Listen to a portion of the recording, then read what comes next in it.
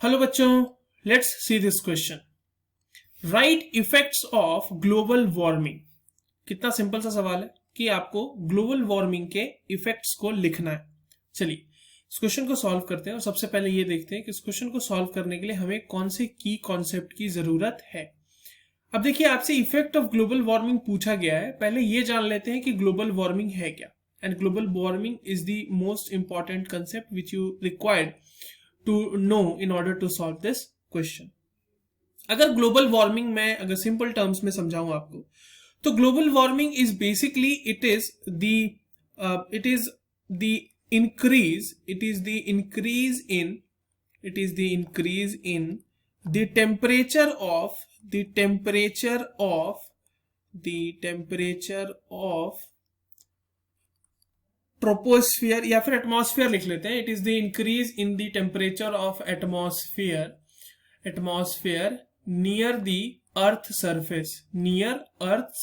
Surface जो earth surface के जो पास हमारा जो भी टेम्परेचर है एटमॉस्फेयर का, उसके अंदर जो इंक्रीज हो रही है ना, that is called as global warming. And this can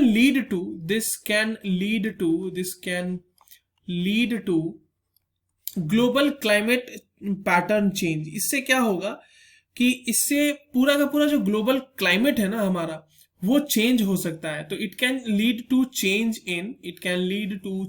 in global climate patterns.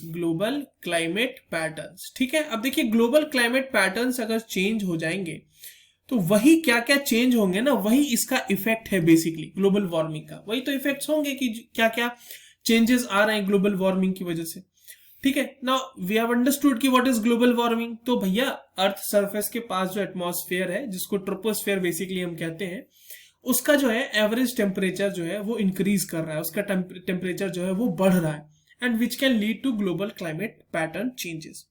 ठीक है, अब चलिए इम्पैक्ट्स की बात करते हैं। इसकी एक एक करके इसके कुछ कुछ इम्पैक्ट्स देखते हैं।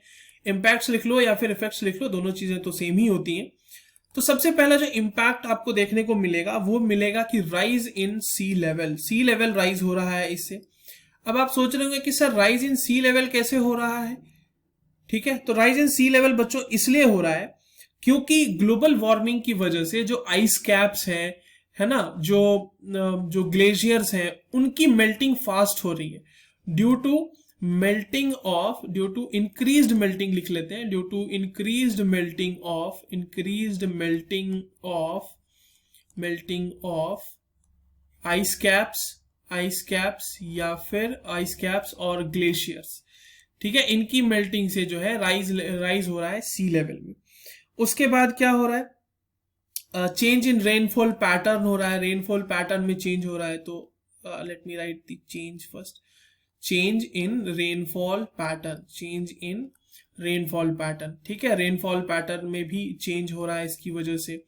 नाउ कमिंग टू आप दूसरे चीजों में आ जाओ, जैसे कि कुछ जो है एनिमल पॉपुलेशन हो गया या फिर उनका जो हैबिटेट है वो वैनिश हो रहे हैं। एक्सटिंक्शन ऑफ एनिमल्स बेसिकली, मैं ज्यादा बेहतर रहेगा कि फ्लोरा एंड फौना लिख दूं, दोनों ही चीजें एक्चुअली एक्सटिंक्ट हो रही हैं।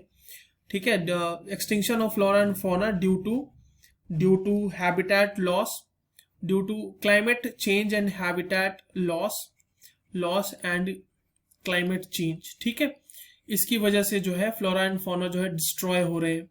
उसके बाद कमिंग टू जैसे कि एक और चीज हो रही है जो कि बहुत ही प्रोमिनेंट है, वो है स्प्रेड ऑफ डिजीज भी हो रहे हैं। इससे स्प्रेड बहुत ही इम्पैक्ट करता है ये स्प्रेड ऑफ डिजीज को।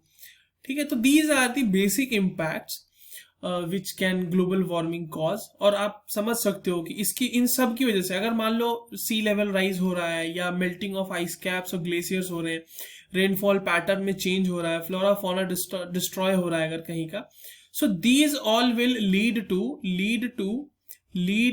frequent occurring of